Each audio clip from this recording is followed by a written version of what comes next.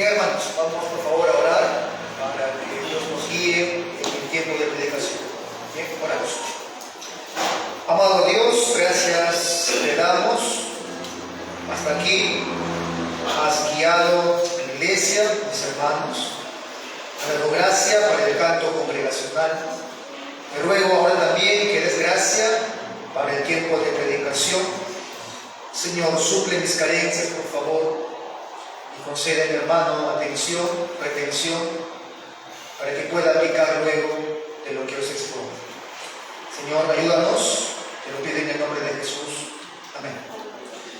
Bien, hermanos, vamos a Gálatas 5, el último versículo del 5º capítulo, y vamos a continuar en el 6º capítulo, del versículo 1 hasta el versículo 5. Ese va a ser el texto que vamos a exponer el día de hoy. Para los que nos visitan los domingos, tenemos la serie consecutiva de la epístola a los Gálatas.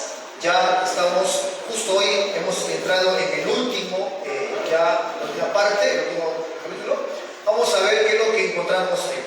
He puesto como título el día de hoy al sermón Cumpliendo la ley de Cristo, amando a mi hermano.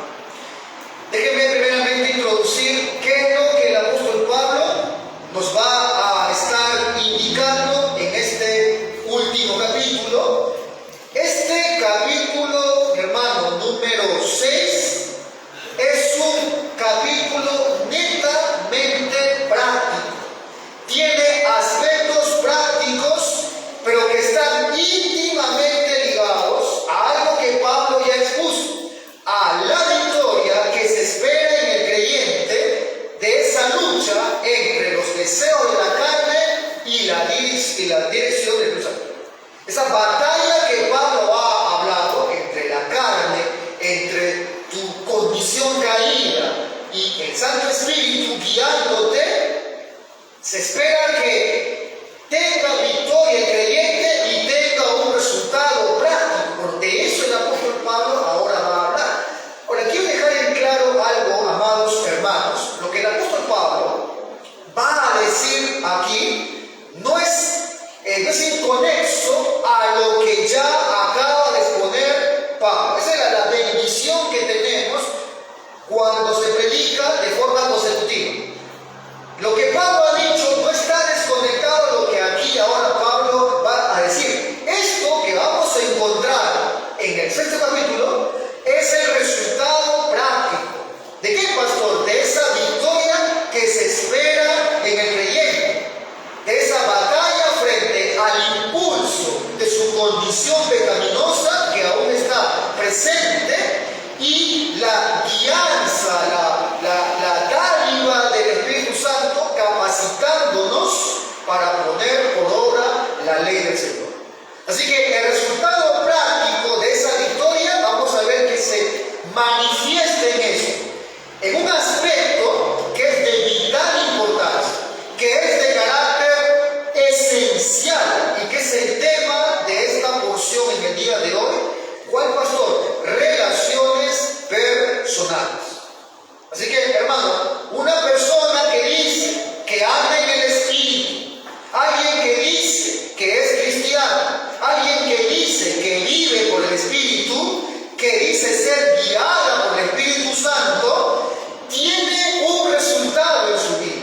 Tiene como resultado que se sobrepone a esa batalla y ese resultado se manifiesta en una relación personal correcta. En específico, en una relación con sus hermanos dentro de la iglesia local. Así que, hermanos, recordemos cómo había afectado a la relación entre hermanos dentro de la iglesia esa distorsión del evangelio por parte de los judaizantes y también por la influencia de los libertinos. Ya Pablo lo dijo en el 5, versículo 15, búsquelo usted para que lo lea junto conmigo. Pablo nos habló de lo que estaba sucediendo en esa relación al interior de la iglesia a causa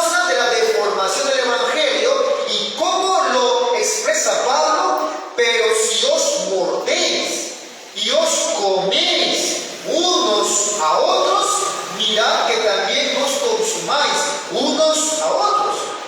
Hermano, definitivamente un evangelio torcido, un evangelio pervertido, un falso evangelio tendrá resultados nefastos en lo que es la relación entre hermanos.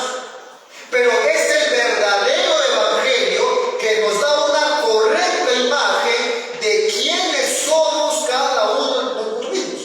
Y al tener una imagen correcta de uno mismo, eso resulta en una correcta relación fraterna con mi hermano, que es muy diferente a ese mordernos y comernos que lo que dice Pablo. Vamos, de este último capítulo, de 18 versículos, 10 versículos, o sea, el 60% de la aplicación práctica que da el apóstol Pablo nos habla de relaciones marcadas por el bendito evangelio. Así que vean que es importante el cómo nos conducimos en medio de la iglesia, sobre todo con el hermano. Nos habla del resultado de una fe verdadera. Nos habla de cómo el evangelio ha dado una imagen correcta de quiénes somos, siendo eso luego el fundamento para tener una relación correcta con los hermanos. Bueno, olvídese de una doctrina ortodoxa, olvídese de un evangelio puro, dicho de la boca para afuera, pero que no se refleja en una relación correcta dentro del cuerpo de Cristo. Eso no existe, hermano. No existe, es algo incoherente. Alguien que dice tener una doctrina correcta, si no se refleja en una relación correcta con sus hermanos, eso no existe. Vamos a ver 3 puntos el día de hoy. 4 con la parte práctica. Cómo no debemos tratarnos como hermanos en la congregación. Segundo punto, cómo sí debemos tratarnos como hermanos en la congregación. Y un último punto, un ejemplo clarificante sobre la manera correcta en cómo tratarnos. Ahora, antes de entrar al desarrollo, hermanos, te quisiera advertir algo antes de desarrollar el tema de hoy.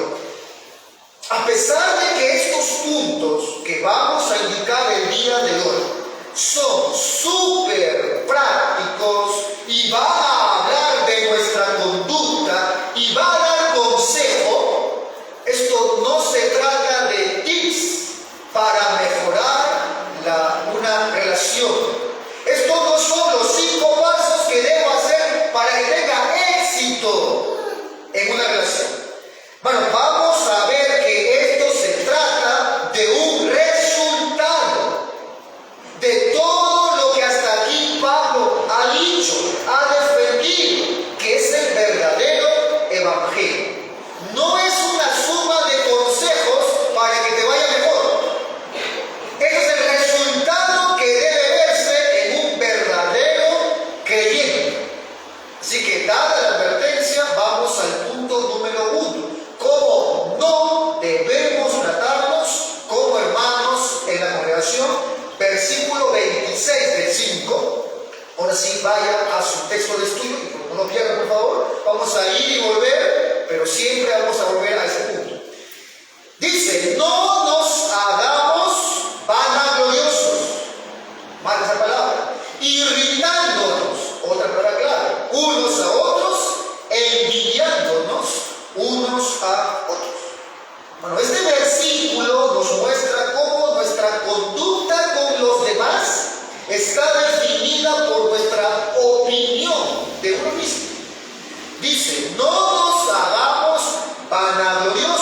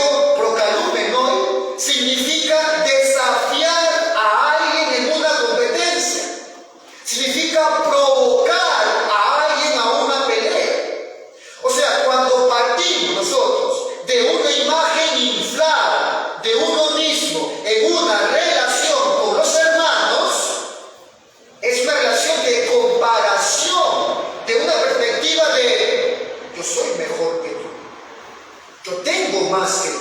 Pero el Evangelio corrige esa forma distorsionada de tratarse entre hermanos. ¿Y cómo lo hace, pastor? ¿Y por qué lo hace? Porque ¿qué te recuerda, amado hermano, a ti el Evangelio de Cristo? ¿Qué nos recuerda el Evangelio? Que soy un pecador. Me recuerda mi condición miserable, corrupta y deplorable ante los ojos de un Dios santo. Cuando partimos entonces del resultado de la comprensión del Evangelio, que me recuerda mi condición caída, no vamos a partir de una relación que busca en el otro ganar valor, ganar significado, que desafía al otro, a ver quién es mejor. Y esto, aunque tu boca no lo diga, hermano, se expresa en la conducta. A estos hermanos de Galacia, a estos Gálatas, ¿por qué estaban comiéndose, mordiéndose hasta consumirse, como le llama Pablo? Es porque el falso evangelio diluye la realidad de la condición del hombre. ¿Cómo? Vimos, está el legalismo por un lado. Viene el legalista, el legalismo, ¿qué te dice? Que tú eres mejor cuando cumples las normas, ¿verdad? Tú eres mejor que él. ¿Por qué? Porque tú cumples las normas. Viene el libertinaje, que es utilitario, que tú eres el centro y usufructas aún a tu hermano para sacar provecho de él. Entonces, ¿cómo diluye la condición correcta de quién soy? Un falso evangelio no termina en relaciones nefastas. Ahora, hay otro extremo en cuanto a mi relación con mi hermano, que también parte de una opinión torcida. Es el caso opuesto, el sentirme ahora inferior. Y esto, hermano, también va a determinar tu conducta. Pablo le llama envidias, celos, resentimientos frente a lo que logra mi hermano, frente a los dones de mi hermano, frente a los bienes de mi hermano. Pablo dice envidiándonos unos a otros. Una relación marcada por el Evangelio también corrige esto, mi hermano.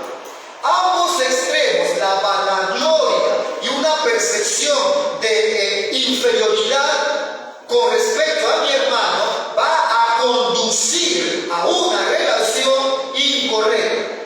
Pero el Evangelio, ¿qué es lo que hace? Me ilumina y me recuerda mi condición caída. Me humilla, pero también me muestra que soy amado por Dios, por pura gracia. Él me ama por pura gracia. Y eso es para el creyente el mayor de las significancias que puede tener una criatura. Así que ni vanaglorioso ni inferior. Yo esto, dice al respecto, si nos consideramos como superiores a los demás, los desafiamos. Porque vamos a buscar querer que conozcan y que sientan mi superioridad. Por otra parte, a los que consideramos superiores que nosotros, los envidiamos. En ambos casos, dice John Stott, nuestra actitud se debe a la vanagloria o al engreimiento, a que tenemos una opinión tan ficticia de uno mismo que no podemos soportar rivales. Así que, ¿cuál es la forma correcta de actuar? No es, oye, mira, yo soy mejor que tú y lo voy a probar. No es, tú eres mejor que yo y me resiento. No, hay una actitud correcta bíblica que nos lo da el bendito Evangelio. Nos humilla, nos muestra nuestra condición y nos levanta y da significado al recordarnos que somos amados por Dios por pura gracia. Esa es la condición correcta, cómo debe partir el creyente para una relación correcta. Los creyentes, por la presencia del Espíritu Santo, porque son capacitados, ahora podemos relacionarnos con los hermanos.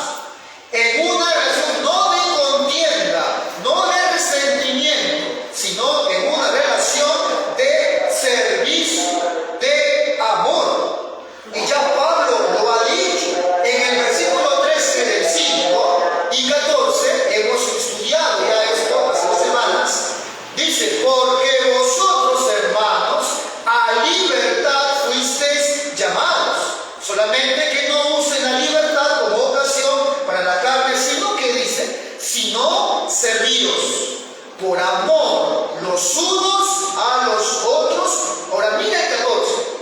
Porque toda la ley, o sea, toda la palabra y el consejo y el carácter de Dios expresado en su palabra, en esta sola se cumple: amarás a tu prójimo como a ti mismo.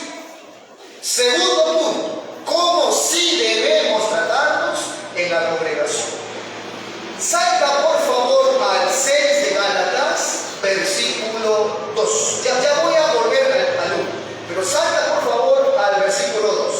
Nos dice el apóstol Pablo ahí: sobrellevad los unos las cargas, y marca esa palabra por favor, las cargas de los otros. Y mira cómo lo dice Pablo: y cumplid así la ley de Cristo.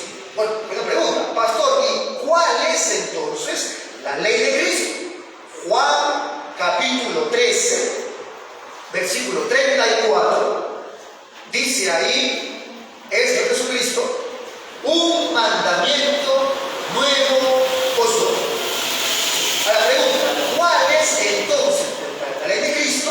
Un mandamiento nuevo os doy: que os améis unos a otros como yo os he amado, que también os améis unos a otros. En esto conocerán todos que sois mis discípulos, si tuviereis amor los unos con los otros. ¿Por qué dice un nuevo mandamiento? Si ya hemos visto que el amor al prójimo en la Escritura aparece como el cumplimiento de la ley. Pastor, ¿dónde está entonces la novedad de este mandamiento? Bueno, dice el texto que os améis, pero ¿qué es lo nuevo? Si eso ya sabíamos: como yo os he amado. ¿Puede ver ahora ese nuevo parámetro? Como yo os he amado. ¿Y cómo es el amor de Cristo? Es un amor sacrificial. Es un amor que se manifiesta en entrega y en servicio. O sea, mira que Pablo no deja cómo se cumple la ley de Cristo, no lo deja en un mero concepto etéreo, no lo deja en una mera idea abstracta, no lo deja como un mero sentimiento, lo especifica, lo aterriza en un cómo se debe amar. Y lo dice en el versículo 2: sobrellevad los unos las cargas de los otros y cumplid así la ley de Cristo. En este cómo, bueno, hay algo que se presupone. Sobrellevar los unos las cargas de otros presupone algo. ¿Qué, pastor? Que todos tenemos cargas. Y presupone que es la voluntad de Dios que nos ayudemos a llevar esas cargas. Así que, ¿cómo cumplo yo, pastor, la ley de Cristo? Pastor, ¿cómo amo yo a mi hermano como Cristo me amó a mí? Todos tenemos cargas. Dice Pablo, es la voluntad de Dios que nos ayudemos en estas cargas. Ahora, hermano, si bien es cierto, de aquí no predicamos conductismo, o sea, no ponemos normas, esto sí, esto no, esta es la forma de hacer, esto no. Hermano, que nadie se engañe aquí. Decir que amamos a Dios y que eso no esté resultando en práctica de vida, en conductas a favor de sus hermanos, esa sana doctrina que uno dice tener, esa reforma es falsa, no, es vacía, es incoherente. ¿Cómo manifiesto este amor? Alguien, ante la pregunta de un nuevo creyente que estaba agradecido y preguntó: ¿ahora qué debo hacer con mi vida?, le respondió eso: he aquí una misión diaria. Bueno, esté atento a la carga de los demás y dedíquese a hacerlas más ligeras. Bueno, y en esto fallamos todos nosotros. En esto fallamos todos. Vivimos en una sociedad egoísta, individualista, centrada en uno mismo. Pastor, yo quiero cumplir la ley de Cristo. Pastor, yo realmente he entendido el Evangelio. Quiero tener una relación correcta con mi hermano. ¿Cómo hago eso? Estén atentos a aquello que el hermano está llevando y es una carga que es pesada para él, y procure hacérselo más ligero. Y en esto, hermano, el Señor nos da las formas, que nos dé el Señor los detalles, porque son múltiples las ocasiones en las que podemos manifestar nuestro amor al hermano.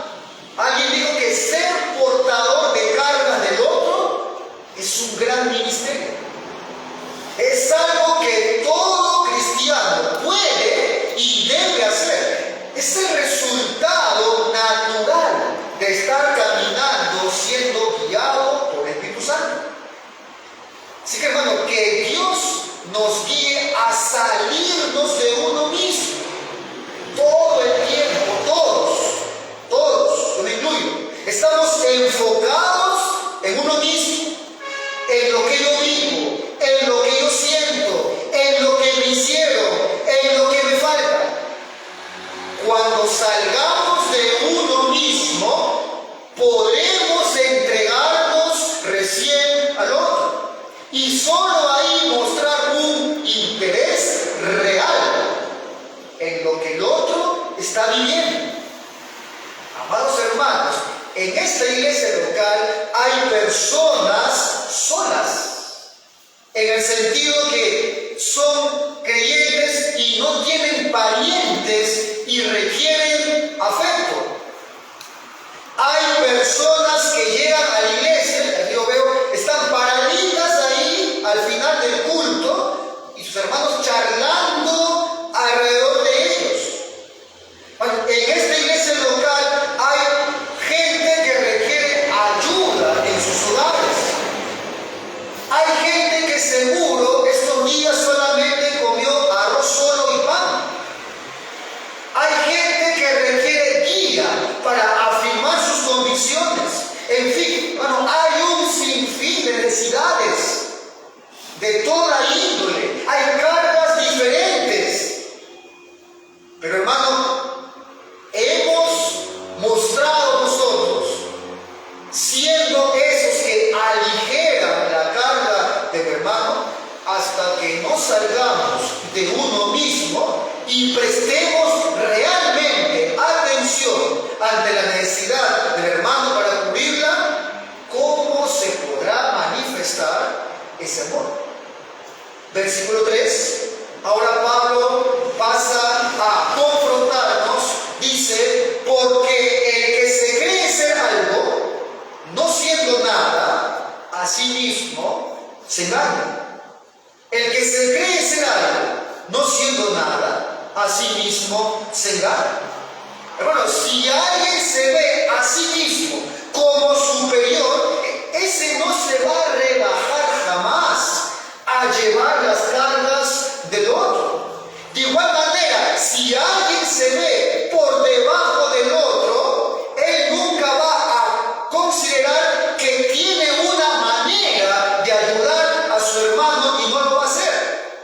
Solo alguien consciente de quién es Cristo, que ha entendido por el Evangelio que él no es mejor que los demás, es humillado cuando Dios le muestra por la ley su condición, pero a su vez tampoco se ve inferior, porque él sabe que es amado por pura gracia. Él puede entregarse al servicio de los hermanos. 4 y 5 ahora, dice el pasaje de estudio. Así que cada uno someta a prueba su propia obra, y entonces tendrá motivo de gloriarse solo respecto de sí mismo y no en otro, porque cada uno llevará su propia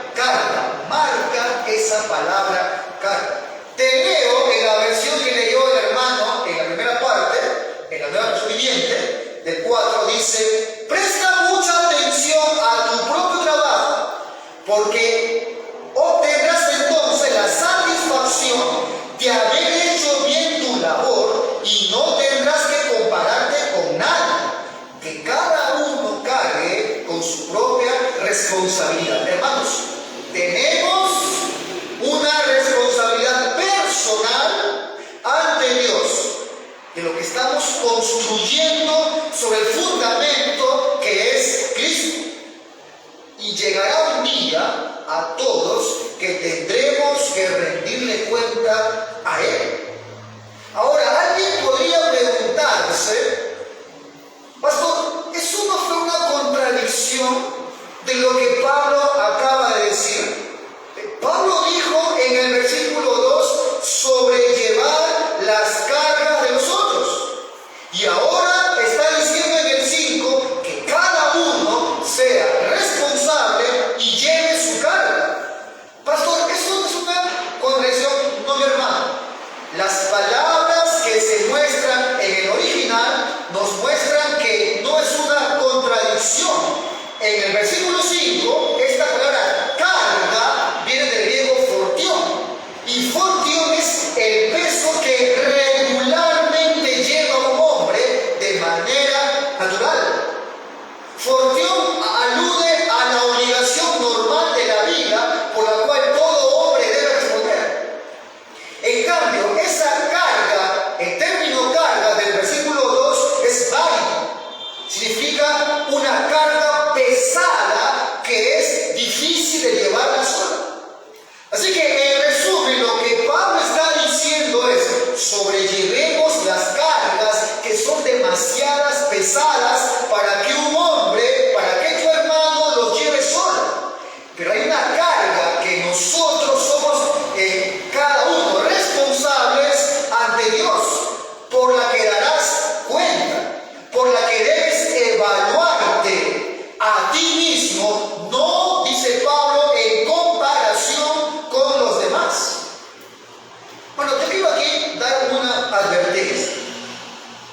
Cuando una persona, cuando alguien dentro de la iglesia incluso, empieza a tomar actitudes legalistas con el hermano, está partiendo, admítalo o no, de una opinión inflada de sí mismo.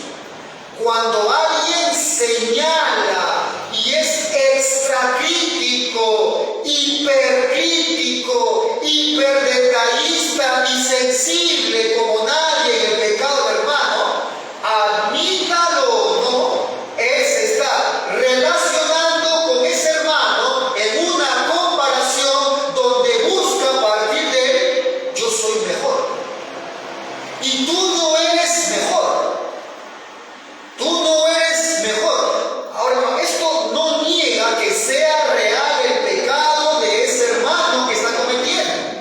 Pero partir de allí, de esa manera, ¿sabe qué ocurre? Luego rompe el vínculo de unidad de la iglesia. El apóstol Pablo ahora nos va a dejar un ejemplo donde se conjuga el cómo no y el cómo sí se debe tratar a los hermanos, para dar un ejemplo específico. Así que el punto 3 es el ejemplo clarificante sobre la manera correcta de tratarlos. Vuelve ahora sí, por favor, al versículo 1. 6, versículo 1. Bueno, en este pasaje hay muchísimo para hablar. Hermanos, dice Pablo, si alguno fuere sorprendido en alguna falta, vosotros que sois espirituales, restauradle con espíritu de mansedumbre, considerándote a ti mismo, no sea que tú también seas tentado. Aquí se aplica el cómo no debo tratar a mi hermano y el cómo sí.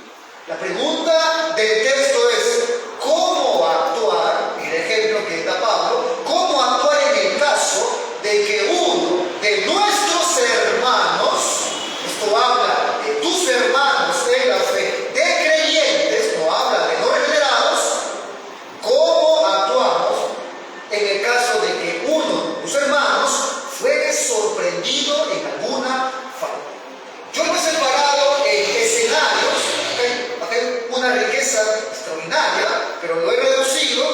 escenario para poder un poco aprovechar el texto. Primero, vemos una situación indebida. Dice Pablo, si alguno fuere sorprendido. Acá hay un acto indebido, ¿verdad? Hay una ocasión incorrecta. Bueno, es una realidad ineludible. Y no podemos pasar por alto esta situación. Pablo presenta la posibilidad de que alguna persona en la congregación incurra en alguna falta. Eso ha ocurrido, está ocurriendo seguramente y seguirá ocurriendo dentro de las iglesias. Ahora, esta falta o pecado, esto quiero dejar claro, a la que hace alusión aquí el apóstol Pablo, no tiene que ver con la forma de pecar de un inconverso. Recuerda, el no regenerado, esto lo hemos indicado ya, es un esclavo del pecado. Él practica el pecado, él se deleita en el pecado, él se resiste en abandonar su pecado. Pero Cristo liberó al creyente de esa esclavitud. Ahora, ¿cómo debo entender esa palabra falta?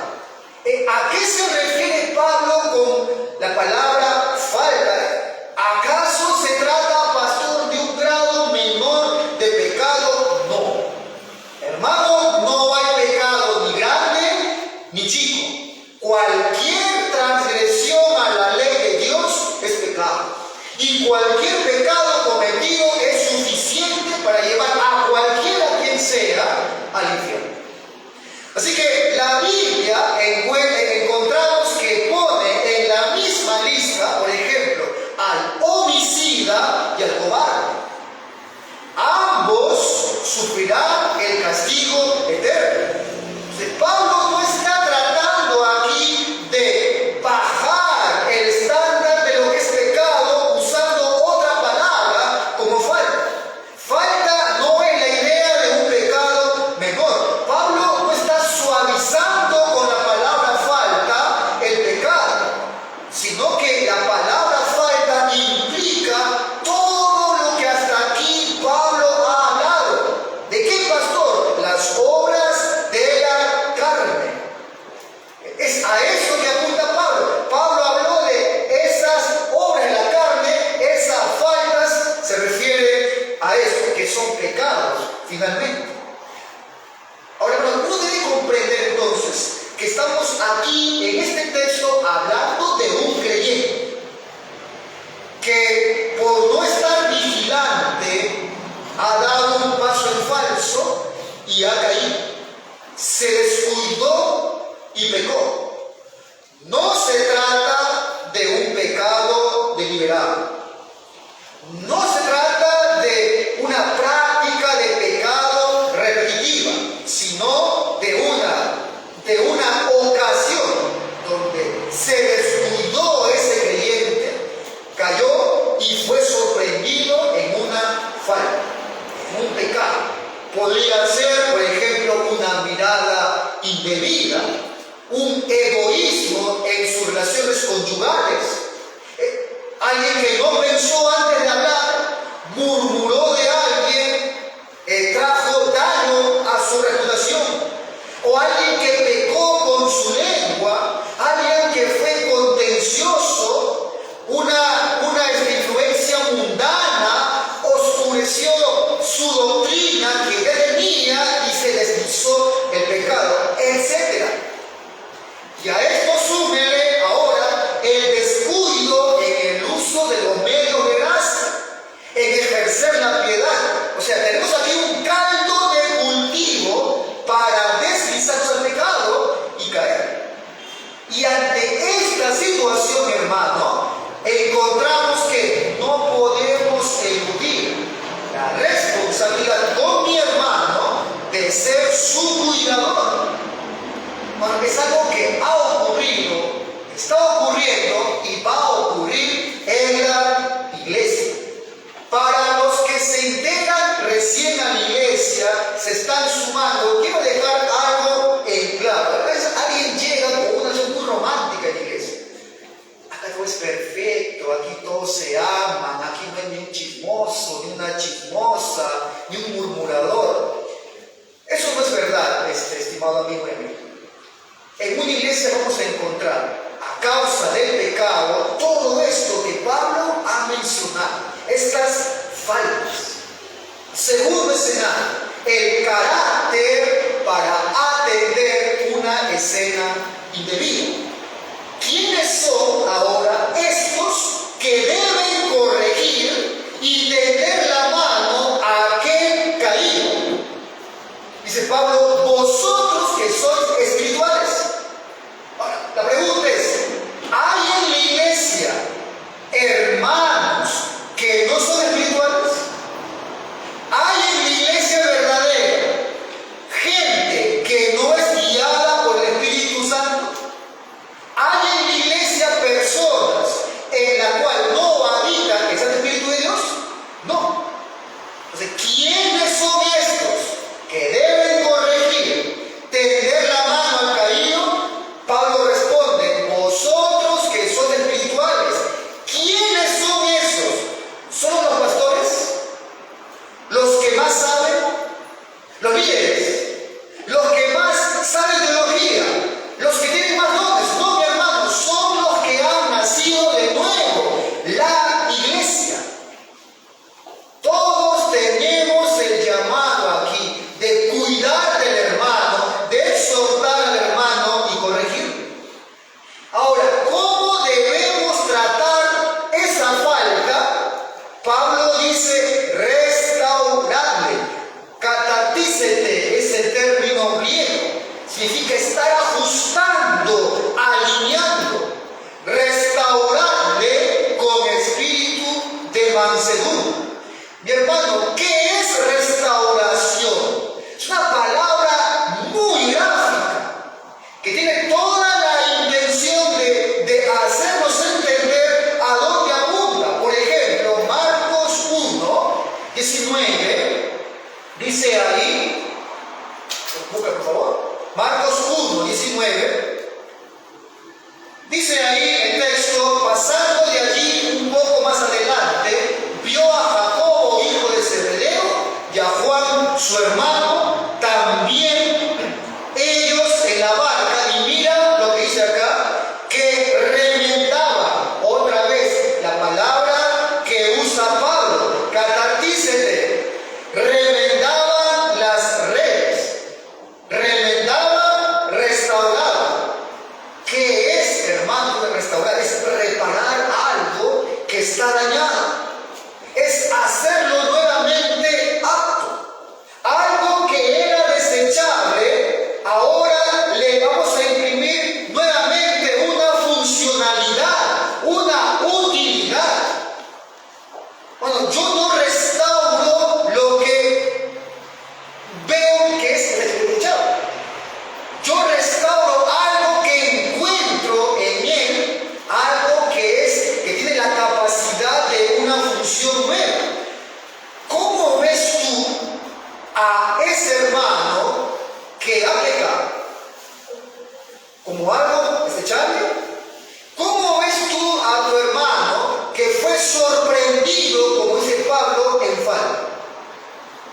¿Cuál es el valor, iglesia, que le das a tu hermano? Cuando vemos nosotros el valor que tiene tu hermano, estaremos dispuestos a hacer lo necesario para recuperarlo, para restaurarlo. Así que lo primero que debo hacer para restaurarle es ver a ese hermano con los ojos de Jesucristo, con los ojos del Salvador. Ahora, como espirituales, debemos restaurar al hermano con recursos espirituales. La única forma de considerar que la falta de un hermano se trata de un pecado es a la luz de la palabra de Dios. Mal hacemos nosotros cuando no se conoce esa doctrina del pecado, desconocemos y le llamamos pecado a lo que no es. O pasemos sí es pecado. Los hermanos han visto esta doctrina, hermano Giancarlo, del pecado, que ha sido, hermano, fundamental para la iglesia. Hay gente que no sabe qué es el pecado y le llama pecado a lo que no es, condenando de forma legalista. O otros pasan por alto lo que sí es pecado, pervirtiendo ese estándar. Bueno, eso es un tema esencial que la iglesia entienda esta doctrina del pecado. Para corregir a alguien, debo estar completamente seguro que la Biblia le llama a eso que ha hecho mi hermano pecado. Debo estar seguro por la Escritura que es pecado. No puedo poner la regla de me parece que eso está mal, o a mí no me gusta lo que él hace. No, la pregunta no es eso. La pregunta es ¿qué dice la Biblia de esa acción? Es pecado. Bueno, y aquí cobra un rol importantísimo la ley de Dios. La ley de Dios es ese espejo que nos muestra nuestra condición pecaminosa y lo que es pecaminoso. Así que es la palabra de Dios el recurso espiritual que usamos, y es esa misma que llevará a la aplicación de vida de ese hermano para su restauración. Y por supuesto que hay momentos que no nos gusta, por ejemplo, la disciplina. Pero, amado hermano, no es el tema de la disciplina. Mi hermano, hay una gran diferencia entre acusar y restaurar. El texto no dice, ustedes que son espirituales, acusen, no, dice restaurarle con espíritu de mansedumbre. Entre restaurar y acusar, hermano, hay un enorme trecho. Y lo que va a marcar la diferencia entre acusar y restaurar es el hecho que seamos bíblicos. Acusar es simplemente tomar la ley de Dios y repartir descréditos a diestra y siniestra, sin más ni menos, dejando herido al hermano, sin ninguna consolación, sin ninguna esperanza. Y esto, hermano, nos lleva incluso a la imprudencia. ¿Por qué? Porque el que se acerca solamente a acusar, créame que le va a costar mucho guardarse de hacer pública la falta de su hermano.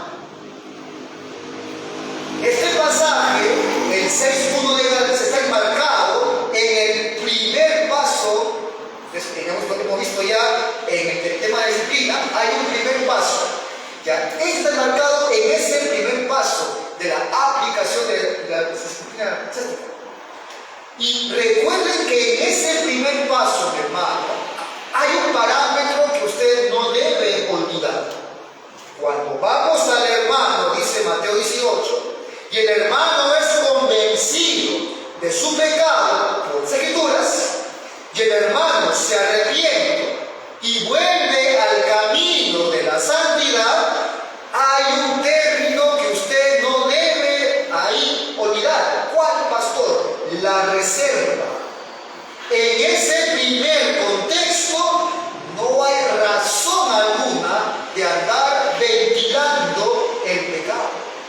Claro que si el hermano ahora no se arrepiente, no deja su pecado, hay otros pasos que hay que seguir. Hay otros pasos que están dando, en donde se tendrá que dar cuenta, dar a conocer a otros el pecado.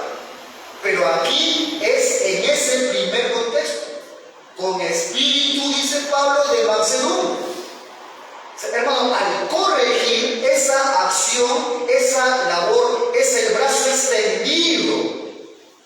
Es el brazo extendido en la obra del Señor para restaurar, para que corrija a un hermano. Pero por ahí parece que es el brazo armado muchas veces, porque vamos simplemente a acusar sin mansedumbre. Así que, ¿cómo hemos de hacer este mandamiento? Con espíritu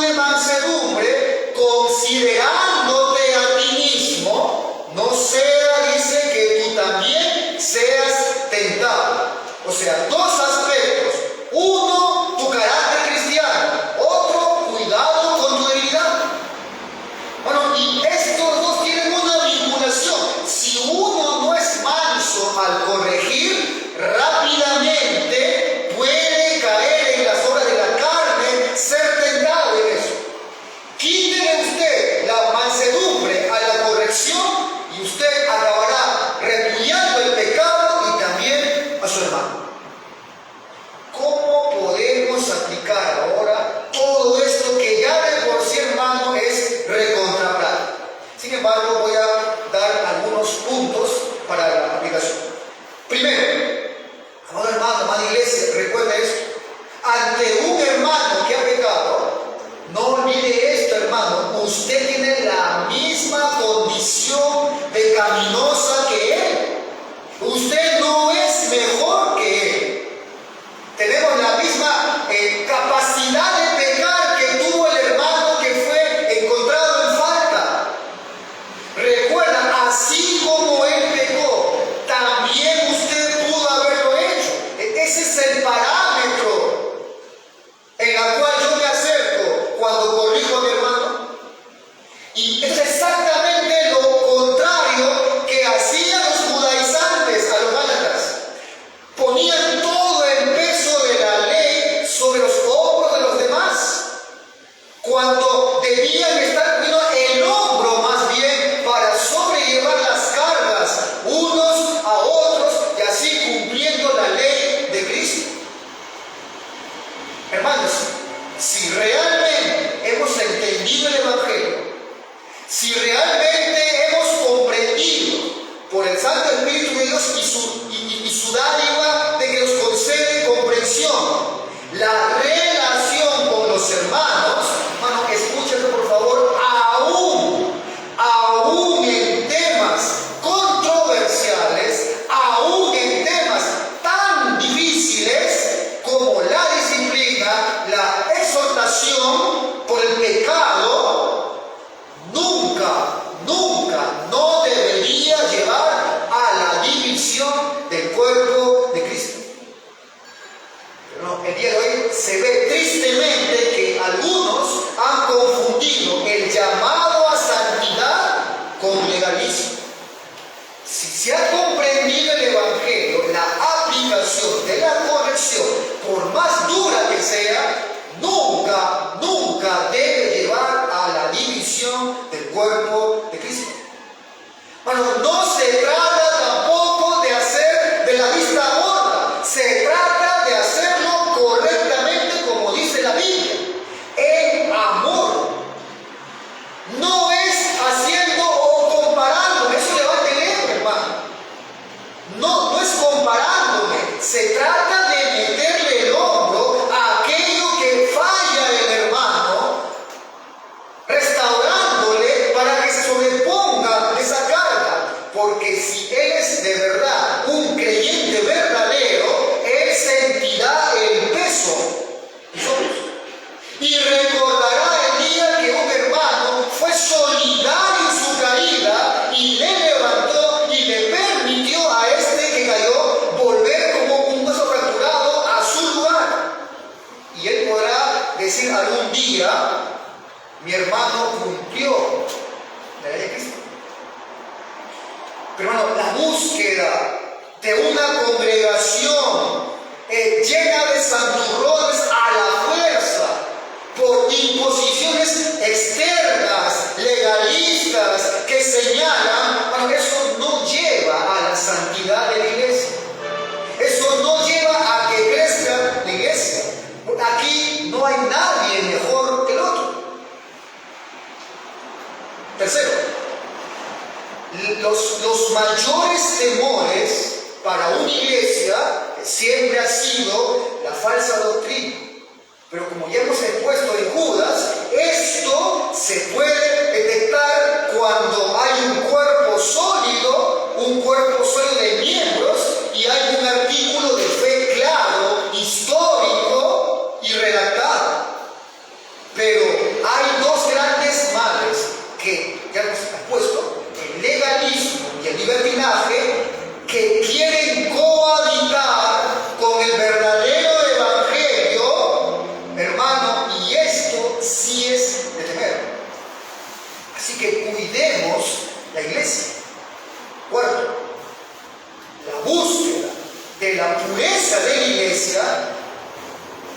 no es una purga, no es un sacarse de encima a creyentes, no es una purga de verdaderos creyentes. La búsqueda de la pureza de la iglesia es más bien meterle el hombro a esta condición en la cual estamos todos y que puede empujarnos al pecado a cada uno de nosotros. Bueno, no es un accidente que Pablo se dirija a sus lectores como hermanos. Y vemos en el pasaje que la primera palabra de este capítulo y la última, antes del amén, es hermanos. Es eso que somos hermanos. Imperfectos por el pecado, pero somos hermanos. Es un vínculo que no se puede romper. A tu hermano se le levanta, se le apoya, no se le desecha, no se le purga, no se le señala, buscando que se aparte rápidamente del cuerpo porque nos contamina. Otra cosa es, por supuesto, que esa persona, después de todo un seguimiento según la Biblia, muestre que el tal no es un hermano verdadero. Es un tema que hemos expuesto ya. Caín dice, soy yo, guarda de mi hermano. ¿Te recuerdas, verdad? Soy yo, guarda de mi hermano, cuando le pregunta por Abel. Soy yo, guarda de mi hermano. Si un hombre es mi hermano, yo soy guarda de ese hermano. Yo debo cuidarle en amor, restaurarle, preocuparme por su bienestar. Bueno, finalmente, una vez más lo repito, la búsqueda de la santidad de la iglesia, de la pureza, no puede ser confundida con actitudes que se camuflan de piedad, pero que destruyen la unidad que Cristo ha ganado para la iglesia. Sin dejar el pecado siendo exhortado, sin dejar que el pecado leude, pero tratándolo, hermano, de forma correcta, como la palabra del Señor enseña, cumpliendo así, como dice Pablo, la ley de Cristo. Amado Dios, te agradecemos por tu palabra expuesta el día de hoy, por tu consejo sabio. Te ruego, Señor, que ahora nos concedas sabiduría para aplicarla. Conceda a los miembros de la iglesia sabiduría en este aspecto, para que no estemos, Señor, incumpliendo este mandamiento. Amar a los hermanos. Señor, de forma providencial, hemos visto también los miércoles el servicio a la iglesia, a mi hermano. Señor, tú mueves a la iglesia a una comprensión mayor para recibir. Te ruego, Señor, entonces, que tú puedas guiarnos en la aplicación. Te lo pido esto en el nombre de